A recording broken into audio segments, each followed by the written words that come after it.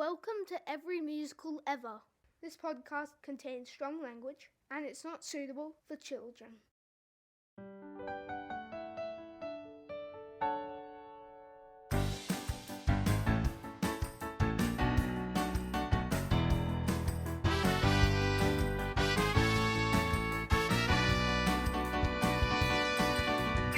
It's time to chat, just you and me. How many musicals can there be? I hope that there's infinity. Kettle on and pour the tea. Every musical ever. It's a show that is so clever. It's a very fine endeavor. Every musical ever. Hello, hello, hello. It's me, Richard Carroll, your host. Here we are for another week of Every Musical Ever. God, it comes around quick again, doesn't it? Thank you so much for listening to last week's Matilda episodes. I loved them. I mean, I love it every week, to be honest, but I had such a great chat with Joel Creasy, who was an awesome guest on Monday, and then I found the chat with Matthew Warchus on Friday so interesting. And his just sort of openness and the way that he talked about the development of the show and how it might have been different along the way. I just really, really love that kind of stuff. I hope you do too. It sounds like you do from your correspondence on social media and email. So thank you for that. Anytime you want to get in touch with the show, we are everymusicalpod@gmail.com or everymusicalpod on various forms of social media. There's links in the episode description here. This week we are talking about Cabaret. It's one of our most requested musicals to cover, as you might expect. I'm not exactly sure why we haven't got round to it any earlier, but regardless, here we are. I'm joined by the brilliant young actor Zoe Terakes. If you're in Sydney or Melbourne, you may well be familiar with their theatre work already. The first thing I saw them in was A View from the Bridge at the Old Fitz Theatre when they were 17. Furious. They were amazing, playing Catherine in A View from the Bridge, a role that they also played in a different production at Melbourne Theatre Company last year, along with some other brilliant theatre work. And they are currently in Wentworth on Foxtel, so if you watch that, like so many do, you will absolutely be familiar with their work. I had such a great time talking with Zoe about Cabaret. They are so wise beyond their years, it's wonderful. There's obviously so much to say about this musical, and one of the great things this week was because, of course, it's based on Christopher Isherwood's writing and obviously the real world of Weimar Germany and the growing Nazi threat, we were able to have a really good chat about the history of it and the background, which is a really nice element. But, of course, we still did all the usual stuff, talking about the various productions of the show, going through all of the songs. You're about to hear it all. You'll see. As always, we are super, super grateful to all of our Patreon supporters. And when I say we and our, I mean me. If you're a regular listener to the show, you will know that the Patreon really enables us to keep paying the guests through this theatre shutdown so our performing arts workers can get some income. The Patreon gives you access to a range of different things, exclusive content, exclusive episodes, extended video episodes, etc. Check it out, links in the bio, or you can search Every Musical Pod on Patreon. You can sign up for as little as $5 a month. On this week's Encore episode, we'll be hearing from a few people about Cabaret, one of whom is Alan Cumming. I will just stipulate that it's not a new interview with Alan, but it is kind of exclusive. So about 10 years ago, I was involved with a documentary called David Campbell on Broadway for Luckiest Productions, which went out on Foxtel. And we interviewed Alan. We did a long interview, maybe an hour interview with Alan, and obviously various clips from it were used in the David Campbell on Broadway documentary. And so you'll be hearing a sort of extended version of the section of that interview that was about Cabaret. So a lot of it hasn't been heard before.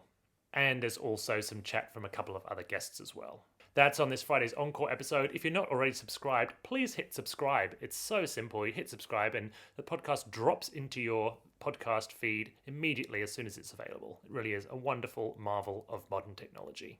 All right, time for the main conversation. Here is myself and Zoe Terakes talking about Cabaret. Every musical ever, you can listen whenever, no script whatsoever. Skip an episode never.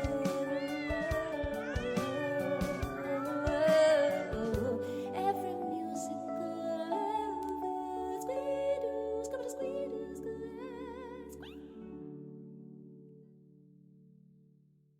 Cabaret, it's like, I mean, it's iconic, but it's also like, of all major musicals, it's probably the one that has like the most different versions. Yeah. Like, there's so many different versions that have been done on stage, and the movie itself is also like really different. Yeah. So, what was your first encounter with the movie? Movie, yeah, we studied it in high school. Oh, you with did? Goodbye to Berlin, the Christopher Oh, Isherwood yeah. novel. Oh, okay. Yeah. Oh, good. Well, you can give us lots of info on all the So background. can't. It's all gone. No, It's all gone. I will be grilling you. Have you ever seen it on stage? I have at the Hayes with Paul okay, yeah. Capsis Right, with okay. my school. Yeah. Oh, And it, like, right. knocked my socks Oh, off. fuck, because you're so young. That was Yeah, you I studying at was school. a child. Wow. Yes. Okay, yeah, so let's talk about the background. So the stage musical is based on I Am a Camera, the play, which was based on Goodbye to Berlin, the book, which is a novel but kind of heavily based on Christopher Isherwood's Real Time Real in life, Berlin. yeah. Yeah. I guess the Cliff character, who's called Brian in the movie, is sort of based on Christopher Isherwood. Yeah. And Sally Bowles is based on a real woman whose name was... The character Sally Bowles was based on Jean Ross, a British cabaret singer with whom Christopher Isherwood lived. Did you know that? I did not know that. Well, that's probably why you flunked your HSC. This is all Wikipedia knowledge, so Cute. I can't guarantee it's true, but it appears to be. So, while in Berlin, Christopher Isherwood shared lodgings with Jean Ross, who was a British cabaret singer and aspiring film actress from a wealthy family. While rooming with Isherwood, she became pregnant with the child of jazz pianist Peter Van Eyck.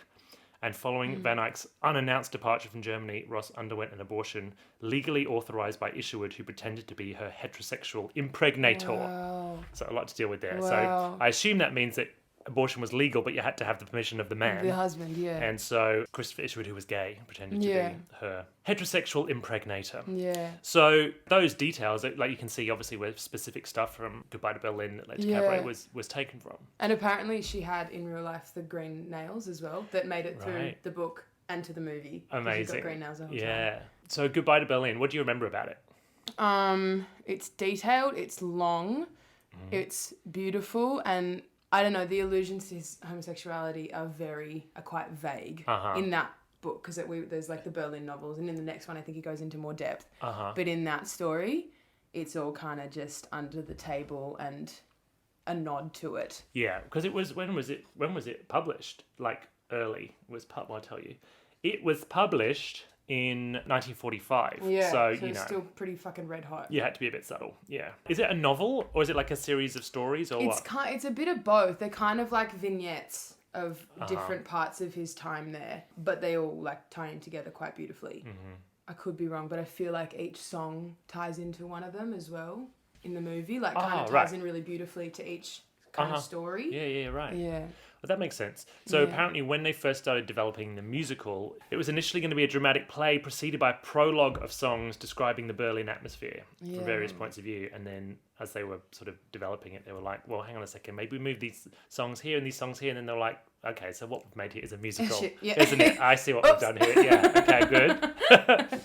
The stage musical is more of a sort of a traditional kind of musical where all the major characters sing, and then when they made the movie, they obviously sort of changed it back so that all of the performances are like performances within the world in the Kit Kat Club, and then Tomorrow Belongs to Me, obviously the other one. We'll go through the songs later. Yeah. You and I both rewatched the movie recently. We did. Thoughts on the movie? I think it's dated beautifully, you know. I think you ignore the whiteness and give it, you know, its permission for that. But I think it's aged really beautifully, and I think it also speaks to now in a way that's quite terrifying in terms of like the hedonism of it all, because these people can't look at the past because it hurts too much because of the war. They can't look ahead because it's too scary because of the war. So they're like, okay, our only option is right now. And I feel like in our world, that's also a little bit what's happening. I see it in my generation a lot. Like there's half my generation who's like, no, we fight for the future, and half my generation who's like, fuck it, what's the point? Global warming, everything. Yeah. And are like kind of dangerously present. Right. You know? That's a great phrase. Yeah, I mean, obviously, between the wars is a very kind of like particular period, and especially in Germany, because it's infused with our knowledge of everything that came afterwards. You know, as soon as you see anyone in a brown shirt with a swastika on their arm, you're like, oh, this is really bad. Even when the other characters are being like, oh, they're just hooligans. Yeah. But that idea of the lost decadence, the idea that there was a society that was so free thinking and creative and all that sort of stuff that was then just swept away And slowly infiltrated. And I think that's the other thing, because I remember when we were watching it in school, it was around the same time that Trump was being elected. Mm-hmm. And I think, not with, people I knew, but there was that time when it was funny. Like, it was like, this isn't going to happen. It's fucking hilarious that we're even thinking it might happen. And I think Cabaret also does that beautifully. Like, they're all kind of singing songs about it, and it's all funny, and they're like taking the piss out of Nazis that slowly enter, and then suddenly it's not funny, and people are dying and people are being beaten in the club, and then the club is suddenly completely infiltrated. So it's that slow disintegration of humor and ability to laugh at something, and then it's like, oh shit, it's not funny, and now it's too late. Oh my God, it's so depressing. It's so dark. Oh man, no, you're right. Like, I hadn't thought about the parallels that much, but you're totally right. Like, right up to election day, everyone was like, Donald Trump, what a loser! What a oh joke. My God, Yeah. it ruined the Republican Party for a generation by putting that joke up. Yeah, you're absolutely right. Oh God.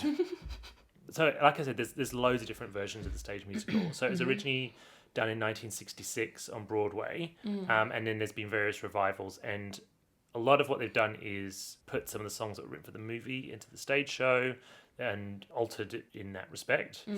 But the core of it is obviously about Cliff and Sally and their relationship. Yeah. I think it's interesting that I think in the original version of the stage show, they basically made Cliff heterosexual.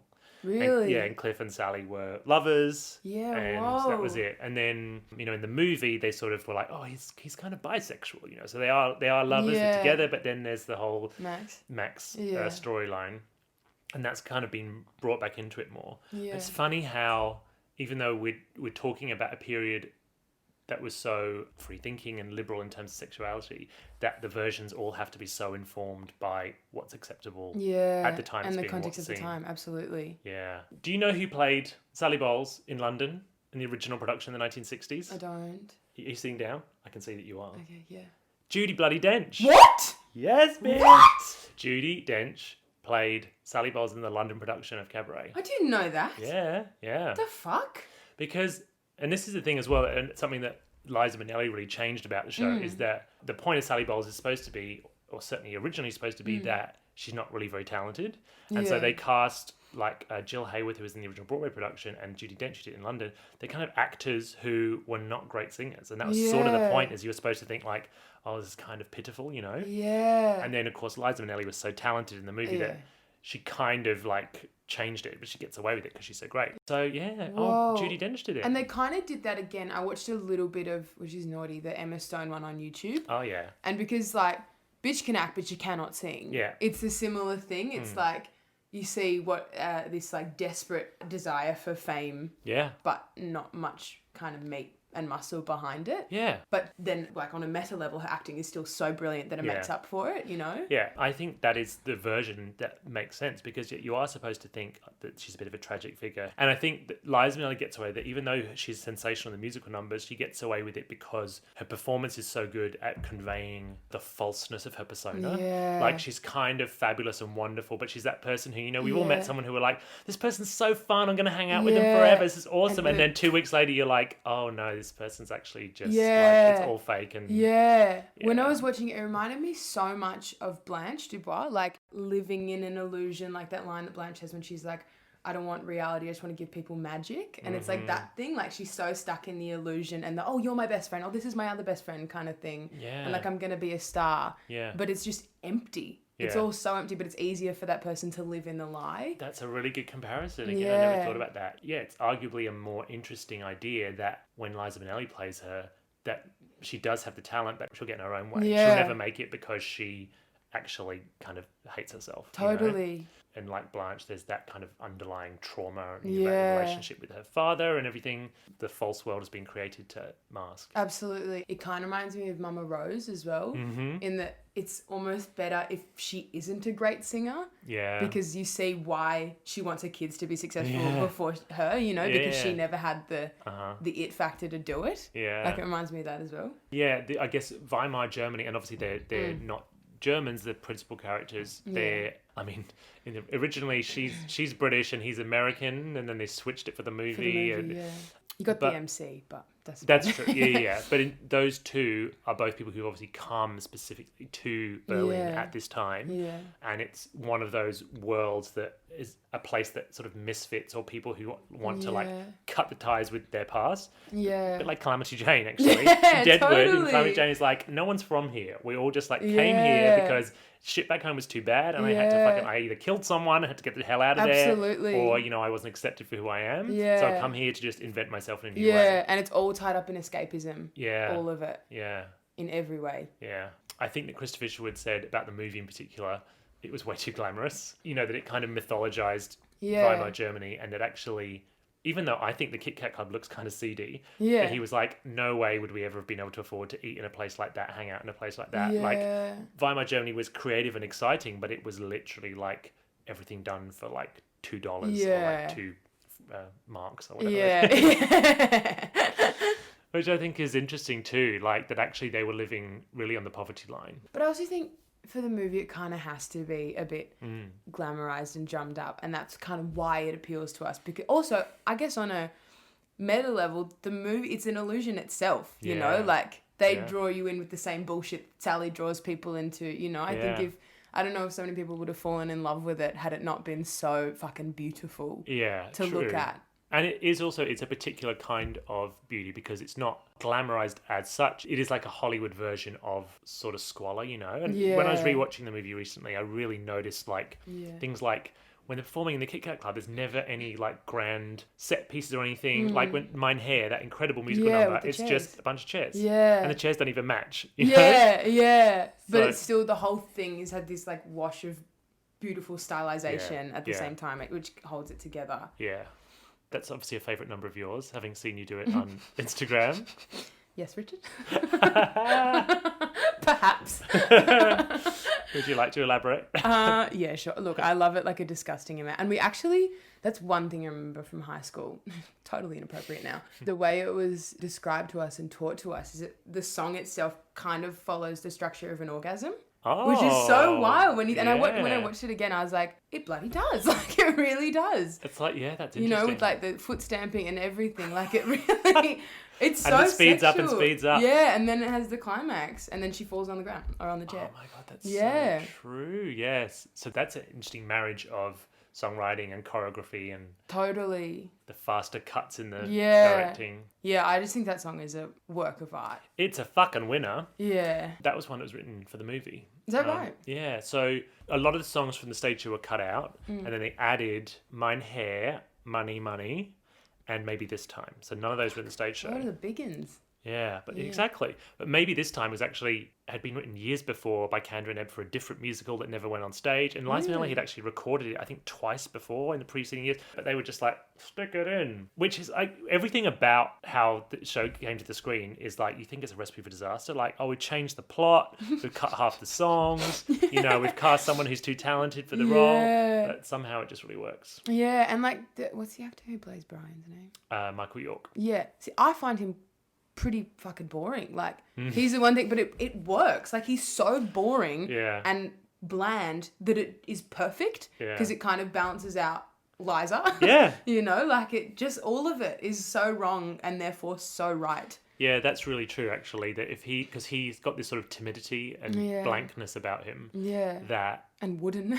yeah, you can see why he would be seduced by her, not just literally, Yeah. but figuratively. Absolutely. And the whole world as well, Yeah. Why I'd be seduced by that world. Yeah.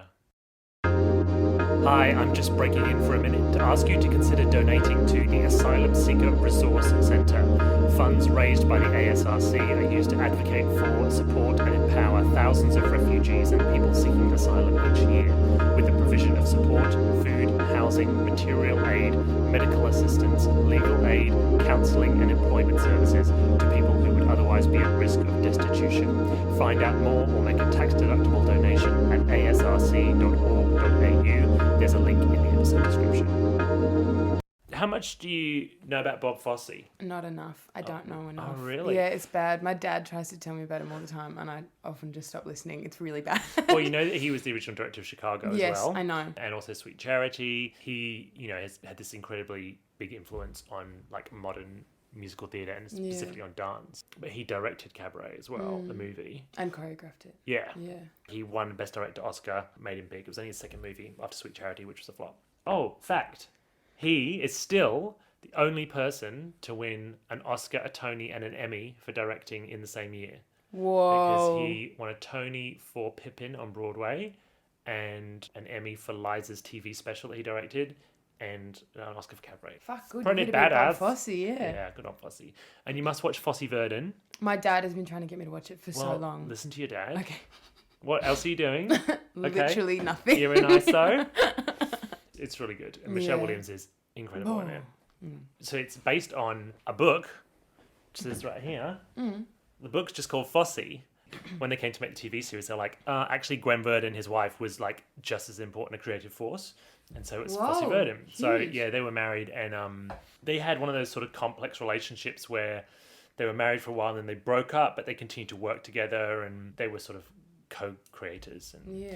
anyway, it's real good. Yeah, So you should check it out. And of course, then Michelle Williams also was in Cabaret on Broadway. Was So she now? she did the production that Emma Stone did. It was originally Michelle Williams, and then Emma Stone took over from her. Whoa, I did not know that. Yeah. And your mate, Alan Cummings, was in Alan it too. Cumming, yes. Alan Cumming's done it 3 times. 'Cause he did it in London. Yeah. MC every time? Yeah, he did it in London in 1992 or 3. And then he did the Broadway production in 1998, which was a different production. And then he did it again in 2018. So that's like 25 years apart. Whoa. Yeah. He turned 50 whilst doing it on Broadway. Whoa, it's pretty rock and roll. Jesus. But it's also one of those roles that just like, I mean, is he 30? Is he 60? Like Yeah. he could be, it could be Ageless, anything. genderless, Yeah. everythingless. Yeah. And actually, Joel Grey did the same. Now I think about it, he was in a revival in the 80s, which would have been like, because he did it on Broadway Really? originally and then the movie. And then he did it in the 80s, so it would have been like 20 years later. And it's also like, if you're going to do a show over and over again, this would be a good one to Yeah, do that show. And do that role too. Because it's so mercurial and it can just, Yeah. it's ever changing. Yeah. You know, and it can grow with you. It's one of those roles. you know? Yeah. Have you seen much like footage or anything of the Alan Cumming production? No, it just grabs on YouTube. Right, yeah. It's really interesting the difference between his portrayal of the MC and Joel Grey, you know, in just visually.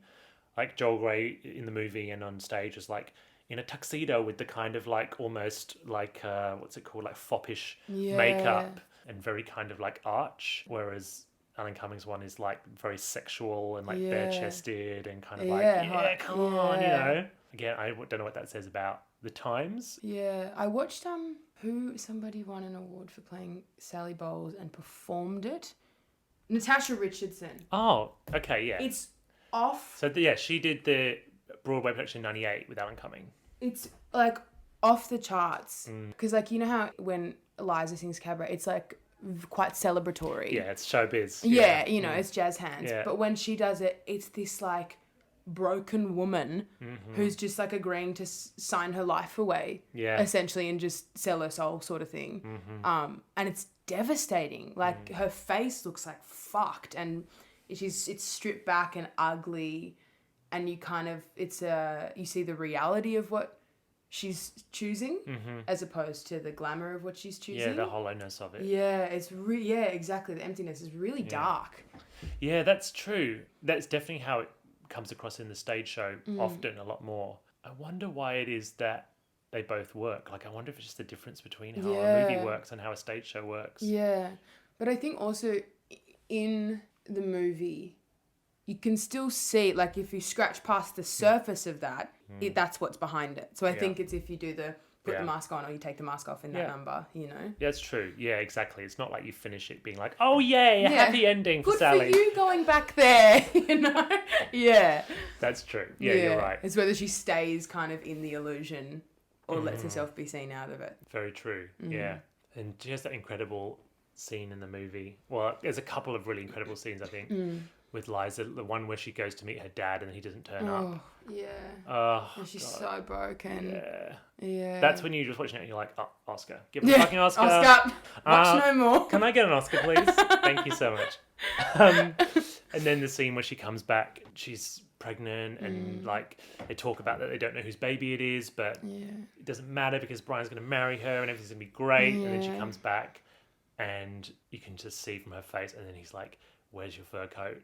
and it's just like, oh god, Yeah, no, I've it's got all goosebumps. yeah, like of course they could never have that. Like that Yeah. that version of their future is just as much of an illusion as everything else. as everything the world else, they're living in now. absolutely. Oh. Yeah, it's so heartbreaking. It's so heartbreaking. Again, an Oscar, please. Yeah, one of the things that I thought was great about the movie is at first when I was watching it, and he kind of really lays into her when they really clash. He says like, "Femme fatale, you're about as fatale as an after dinner mint," and all this stuff. And I was like, Yeah. oh, I'm not sure how well this is holding up because he's like really turning on her. Yeah. But actually, she doesn't need to do that to him. She kind of just makes the same point to him with like a couple of words. Just Yeah. basically being like, you and I are exactly the same. And yes, I know that I'm the one who's out there being extroverted about it, Yeah. but you and I are both living in a reality that's not real. Yeah, And so I think that true. I really like that about the movie, that even though she is this tragic figure, it still gives her dignity. Absolutely. And Yeah. we're positioned with her. Like, I think we're positioned to love her Yeah. the whole time. It never feels like we're meant to laugh at her Yeah, or oh judge no. her. If anything, it's at him. Yeah. He doesn't survive the test of time anywhere near as well as she does. You just fall in love with her, and even though she is fucking annoying and living in La La Land, like, you're still just like, but I adore you and I get it and I know why you're doing that because I would do it too. Yeah. And again, it was just so nice to watch the movie, having not seen it for so long, Yeah. that her performance is so... I think one of the best performances on film ever. Yeah. It's nice to know that Liza has that, because she then went on to so much craziness, so many bad movies, so many like Yeah. awkward, embarrassing, like, Yeah. marriages and other things like that. And now she's kind of like almost a bit of a self-parody, but it's so Yeah. nice to know, like, you know what? Whatever else fucking happens, we know that the day she dies, and may it not be for a long time, but the day she dies, She it's has going to be like Cabaret. a big picture of her on that chair being incredible, and that, that will never die. Yeah. Is she a lesbian? No. Is she? I thought she was. What, you mean like a secret lesbian or an out lesbian? Like a secret one. Because she was with Peter Allen, Yes. who was a homo. I know, but I think that was just... I Oh, think that no, was just I a useful heard error. She was a... Look, I mean, look, I don't know her. Richard, I want answers. I mean, I can't say, no, she's definitely not. All I'm saying is, I'm not aware of that. Who knows what she is? Can I get back to you? I think maybe asexual, She's one of those people who just... She's been married 5 times, but several of those were to homosexual men. But Judi was the same. See? Judi married 3 gay men. I do get the impression that Liza very much has sort of become Sally Bowles, and that she lives in her own manufactured reality. Yeah. Did you see the video of her singing out the car window? Oh, She's like, Deo, Deo. I was like, oh, God. Liza, stop. Why? Liza, please. Please stop. It's like, you're just not doing yourself any favours here, my darling. God, I know. Oh, God bless her. And you think, I don't know how old she is. Actually, I do know how old she is. She was born in 1946, so she's 74. She's an old girl, yeah, wow. But she's old, but also, like, if you think of someone like Betty White, who's like 98, and Liza feels like she's been in a wheelchair for 20 years, like, she's not well. I mean, I know she did a lot of drink and drugs, but you Like kind her of think, mama. oh, God, come on, doll. Like, Cheetah Rivera is at least 10 years older than her, and she's still kicking her leg. I do always think, like, what might have been with her? Because, like, what's your favourite Liza Minnelli film? There's pretty much only one answer, Yeah, look. I mean, if anyone's like, oh, mine's Stepping Out or New York, New York, you're like, you're an absolute idiot. Get out. Please leave. Yeah. But, like I say, you can never take Cabaret away from her. Nah. So the movie, do you want some more little trivia? Yes, Are you, please. are you a fact fan? I am. First of all, it was the first musical ever to be rated X on its It release. was rated X. It was. I mean, it was a different Really? time. It's been re-rated since then. Was But it series, eh? I mean, I think it was just to do with like sexuality, Sure. discussion of abortion, Sure. homosexuality, Yeah. all that kind of thing. It holds the record for the most Oscars earned by a film that didn't win Best That Picture. didn't win Best Picture. My dad told me Yeah. this before I came here. Good old Dad. Dad Yeah. should have come and done the I podcast know, with us. literally, he knows more better than I do. Yeah, so I mean, it won like Best Director, Best Actress, Best Supporting Actor for Joel Grey, and various others. But it was the same year as The Godfather. So Yeah, Godfather right. won Best Picture. But it's pretty impressive that Cabaret won so many awards. Yeah, absolutely. Part of the reasons for making so many changes for the movie were that they wanted to go back more towards the original stories, like the original Goodbye to Berlin. Yeah, right. So, like the subplot about the gigolo Oh, yeah, and the rich Jewish woman who get married, that's Landauer. from the novel. Yeah. Which was not in the musical, and they put it into the movie, and they Yeah, right. cut out the subplot about the landlady Because, of course, we don't see, like, the movie set, or the show and the movie set in 1931. Yeah. And obviously we see the shift and we see how the Nazis are sort of infiltrating. But we don't, I think in both versions, the musical and the movie, we see Cliff or Brian leaving. Certainly in the movie, we see Brian leaving to go Yeah. back to England. But we don't know what happens to Sally Bowles or to any of the No. others, which is kind of very poignant as well. But in real life, Christopher Isherwood and Jean Ross, who Sally Bowles was based on, they all got out. Yeah, But whoa. like relatively later, they saw the political situation deteriorating and got the hell out of there. Yeah. But of course, you know, so many of their friends and like the other people in the Wouldn't they? cabaret world and their German friends died in the camps. And I find it hard to hold both those things in my head at the same time. Like knowing that he, you know, was writing these stories in the 1930s and 40s about a time that's gone. But it's not just nostalgia. Like, it's like, oh no, I'm actually witnessing the ongoing destruction, Yeah. literally, of those people Yeah. as I'm writing these stories. Yeah. You know, it gives it such an urgency. Yeah, and it's so dark. It's like this just darkness that simmers under everything you read. So even in the good moments, they hurt because you know they're going to be gone very soon because of the power of hindsight. You know, Yeah. so depressing. Oh God, sorry. All right, why don't we talk about Joel Grey? Are you a fan? Oh, he's one of those people that is like, you will be forever defined by that performance. And he milked Absolutely. it, obviously. You know, he won the Tony, won the Oscar, then he went back and did the And so he revival. should have, yeah. Absolutely, so he should have. It's funny because he's actually done quite a lot of high-profile shows. Like, he was the wizard in the original Carter Wicked. He was Amos in the original revival of Chicago, you know, the big 1996 Yeah, yeah, revival. He just directed that Yiddish Fiddler on the Roof that was in New York, that was supposed to come to Australia.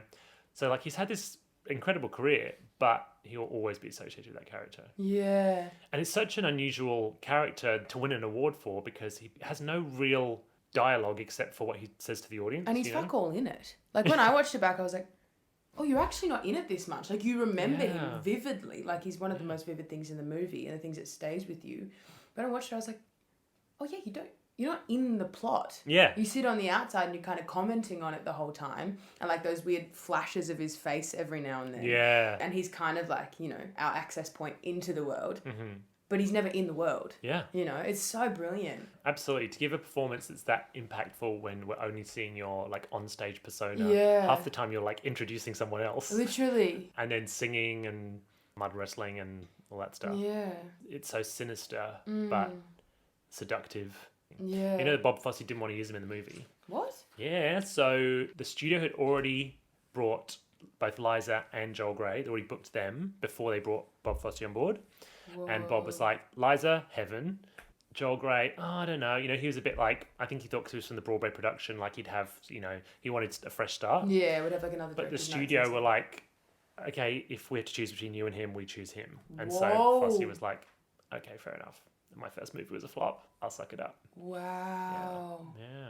Thank paid off. God. Yeah. Should we talk about songs? Yes, please. Now, as I said, obviously there's like lots of different versions of the show.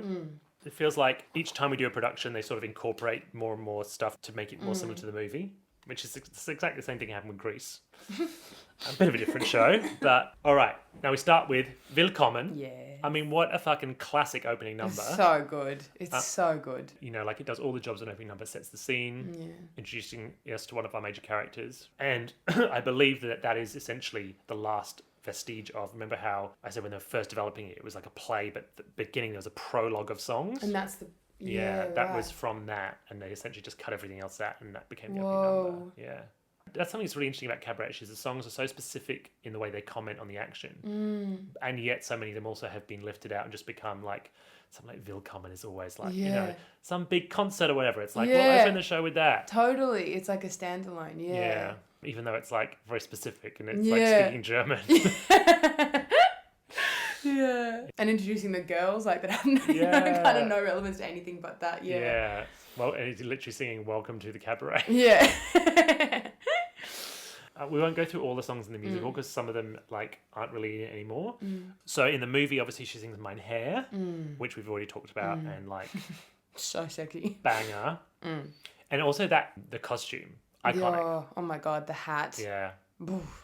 And that is like, so just as a prime example of, I think the art direction is so great because you can totally believably think, oh, she's thrown this together for no money from stuff she's found in a thrift store. Totally. And yet it's perfect. It's like iconic Yeah, as and well. so classy. Yeah. Yeah. And it's funny how it's have you ever seen Judy Garland doing Get Happy? I have not.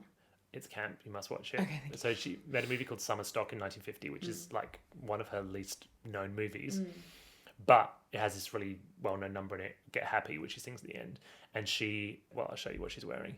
I don't know if it was deliberate. I wonder if it was that what Liza's wearing in Mine Hair kind of echoes Judy. Wow. And it's like a fedora rather than a bowler hat. And it's a tuxedo rather than a kind of Oh, body shit. or whatever. Yeah, it's definitely Oh, like... it's so similar. Yeah, see it's the a real echoes. nod to it. Yeah. So that song isn't in the show, and she sang a song called Don't Tell Mama, which is Yeah. kind of like very similar. I mean, I don't know why they replaced it. I'm not mad that they did, but it's kind of similar tonally, and it sort of provides the same function. So, Right. hey, if you like Every Musical Ever, please check out our Patreon page. There's a link in the episode description below. It's a great way to support the show and allow us to keep paying theatre performers through this pandemic and beyond. You can support the show from as little as $5 a month. You'll get every episode early, you'll get extended video episodes. There are exclusive episodes like one on Australian musicals with Tom Sherrar and one on all 3 musical versions of A Star Is Born with Elise McCann. That'll be out soon. You'll get episodes released early, like our Avenue Q episode with Josie Lane, which will be on the main feed in 2021, but is currently up on Patreon. And you'll get all sorts of other extra content as a thank you for being a supporter for the show. Click the link in the episode description below to support the show. Thank you so much. Maybe this time. Another banger. Oh my God. I auditioned for Anything Goes at my school with that song. However, and I'm so embarrassed to say this, I sang the Glee version because that's the version I knew. How do you sing the Glee version? Is it different It's arrangement? a bit different, Okay. and it doesn't go up as much. Oh, okay. And so, but I just printed, like, because we had to bring our own sheet music, and Yeah. Nigel was there. Nigel And so Bryan, I printed the sheet music for the one in the movie, and handed that to him, but was ready to sing the one that doesn't, like, go up a fucking octave in the middle of the no. song. Bap, And then bap, I just bap, hit the da-da, and I was like, bound to begin! And my whole voice cracked. I wanted to cry. I wanted to run out. I got in, and I was in the back row for the whole thing. Oh, Yeah, you it were in the was back row of really- the ensemble. Yeah. For the whole last time. Yeah, for the last time. Thank you for a musical, maybe not. Did you have to tap? Yeah, I did. That's why they put me in the back. Oh. It just so I could do the hand movements and none of the footwork. Okay, so your singing wasn't great, your dancing wasn't great. No, and I didn't get a chance to act because Right. I was in the back with no words to say. Okay. Year 9 wasn't my year, Richard. How were you received in the reviews? I wasn't received in the reviews. Yeah. Major papers didn't pick you No, out? no. I did play Rebecca Nurse in The Crucible. Oh, yes. You may not be familiar with that role because Oh. the only line she says is, "I've had no breakfast." Yeah, so there was that one too. In what context is that? Is she like in prison? No, she just walks past John and she's feeling faint at one point. And she goes, "I've had no breakfast." Oh, And a walks beautiful off. line reading But there. thank you, and I had to sit. We did the whole thing in the round, and we put dirt on the outside of the stage, Yeah, so you have to sit in the dirt Mm-hmm. for the whole time. Oh. And so it's fine for the others who are up a lot of the time, but I get up, say I've had no breakfast, and sit down for another 2.5 hours. Oh, man. And look, it's a good play. It's a brilliant play, but a school production of it Breaking news. is fucking boring and really long. Yeah. I'm sorry, Richard Drysdale, if you're listening. I think you did a beautiful job. No, it's long. You're right, it's long. And it's one of those plays that you think, oh, yeah, I mean, it's important and it's very Absolutely. beautifully written, but also, how many times do I want to go and see it? you know? Yeah, unless I'm going to learn something new from it with new Yeah. people. In a Skeggs Darlinghurst production of it, you're just not going to. I don't know, I hear that breakfast line was very powerful. Thank you so much. Thank you. Yes, word travels fast. I wish I'd seen you in Anything Goes. How camp. No, I have a video of it. Ah! If you're lucky, I'll show you after. Yes, we'll put it on the Patreon.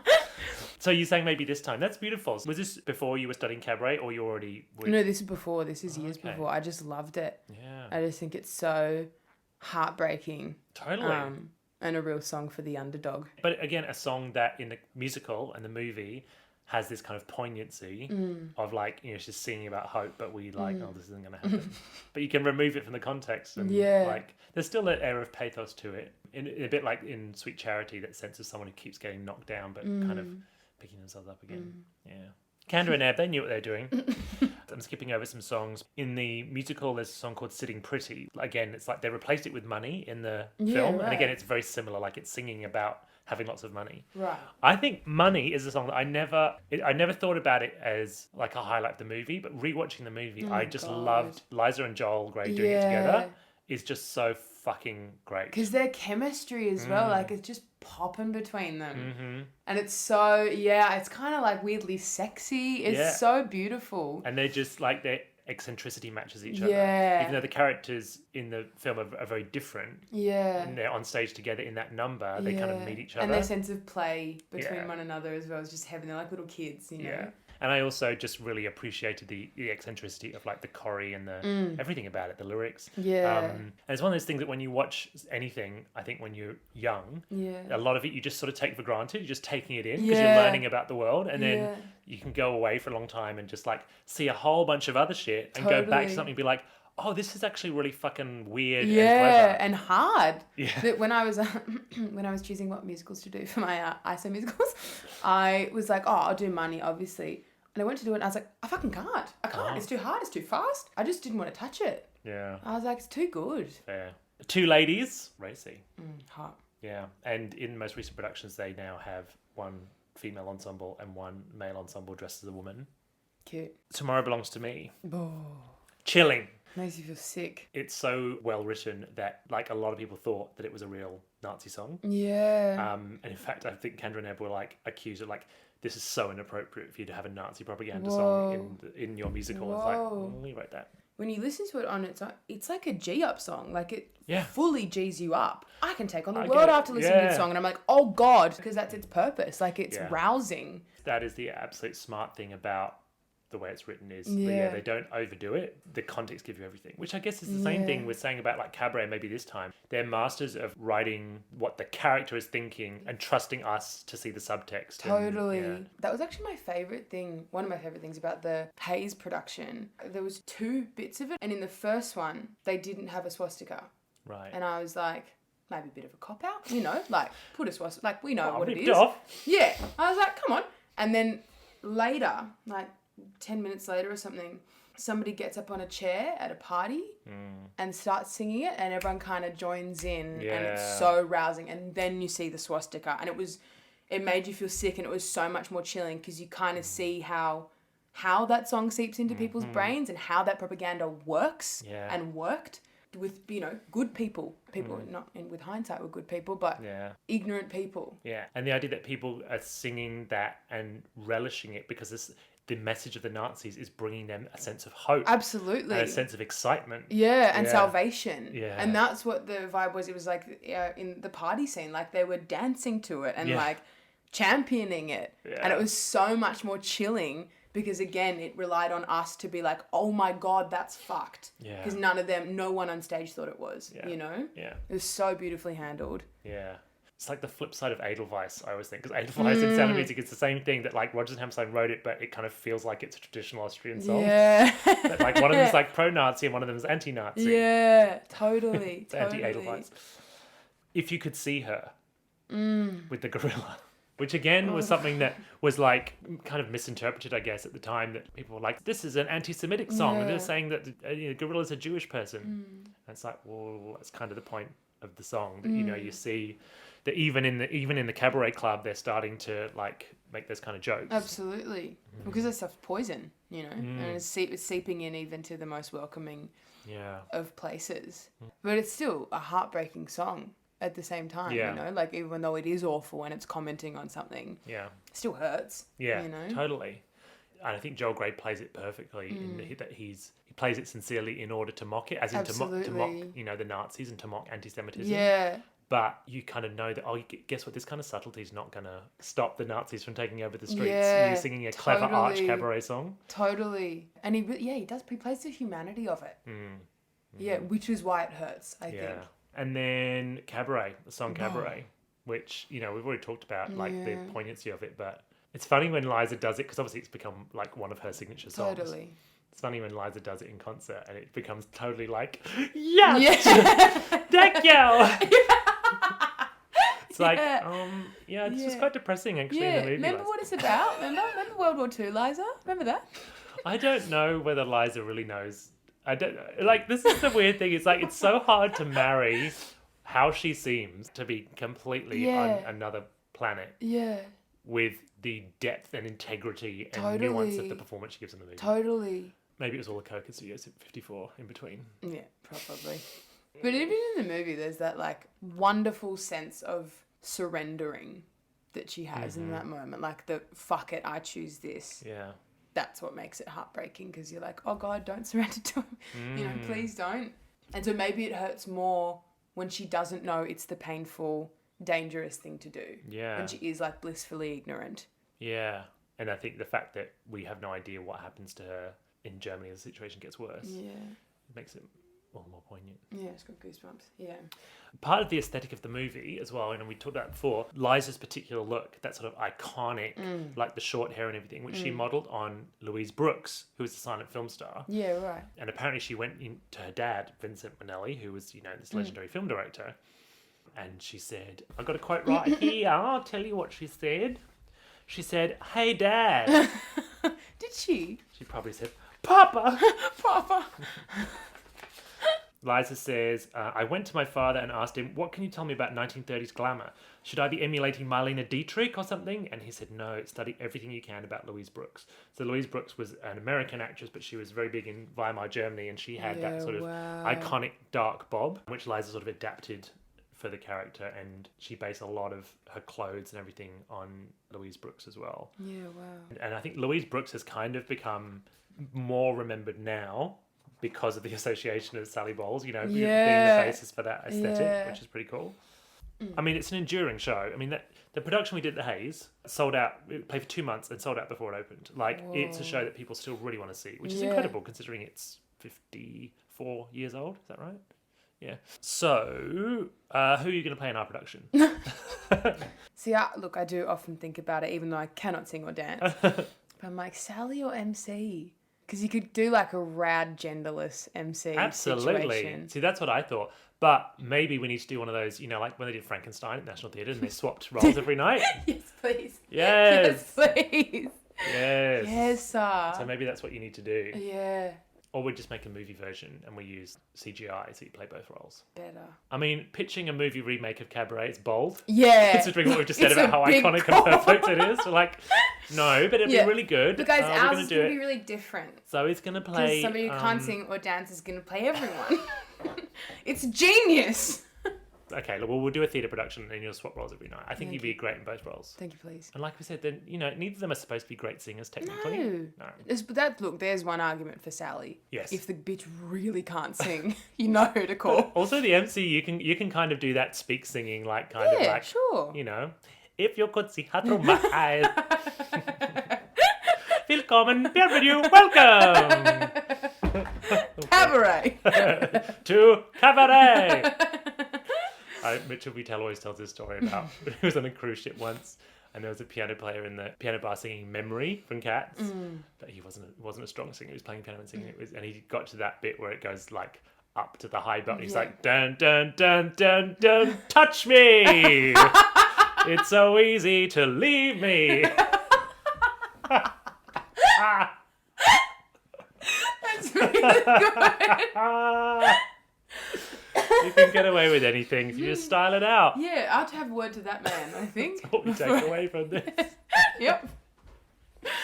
Oh man. Is there anyone? Have we got any dream casting for Sally Bowles in our new production? Either, like dream casting in any kind. It could be a movie star, it could be an Australian actor, Sally Bowles or MC. I mean, I just want to see Blasey Best do anything and everything. Great. So I would say Blasey for Sally. Or she can be both. She can swap with you every night. Yeah, that'd be great. That's fair. Okay, good. Yeah, or Sheridan, Andrea and Sheridan. Andrew Dimitriadis and Sheridan Harbridge, Yeah, who always play the same roles anyway. yeah. Andrea can be Brian, Okay.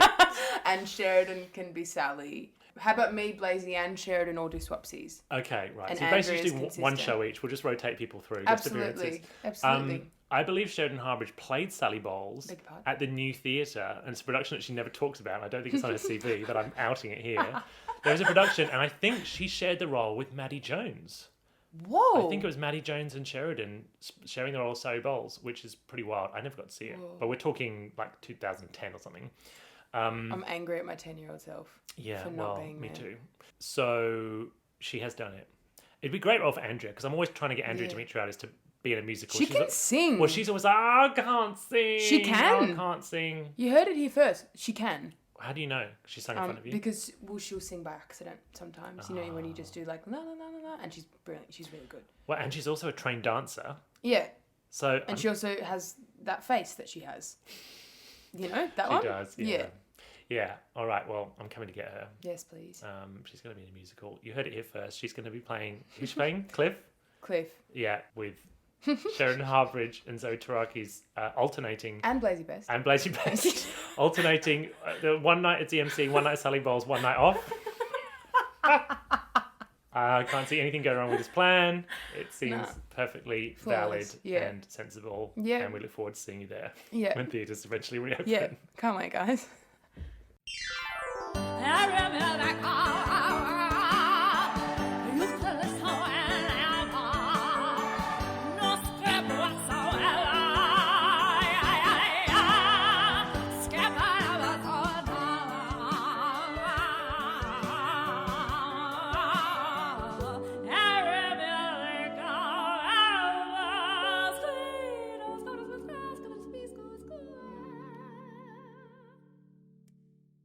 Thank you so much to Zoe Terakes for that chat about Cabaret.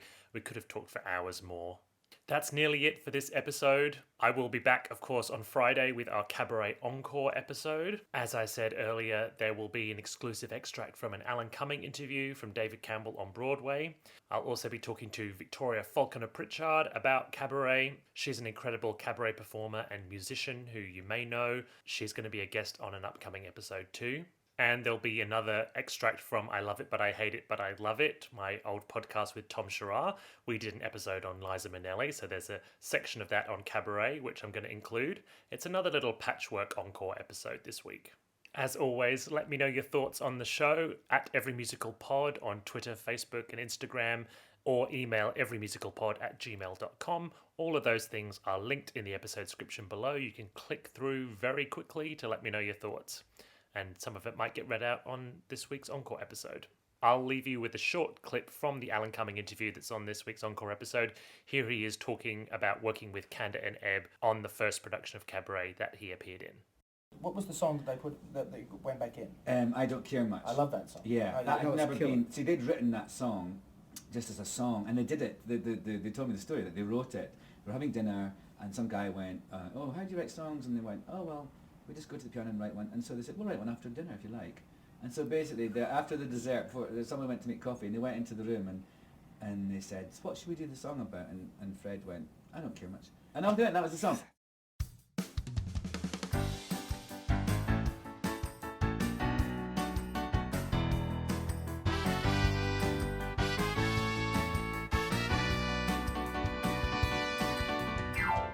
Thank you for listening to Every Musical Ever. I'm your host, Richard Carroll. This theme music was composed and performed by Brent Hill, with the alternative version performed by Sheridan Harbridge. The artwork for the show was designed by Nils Achi. The introduction, content warning, and outroduction were read by Leo Campbell. Please rate and review us wherever you found this podcast. Find us on social media at Every Musical Pod and visit our Patreon for more content. See you next week. Every musical ever. Thank you for listening to Every Musical Ever. If you liked it, you can give a star review on the Apple Podcast app or wherever you found this podcast. And don't forget to subscribe.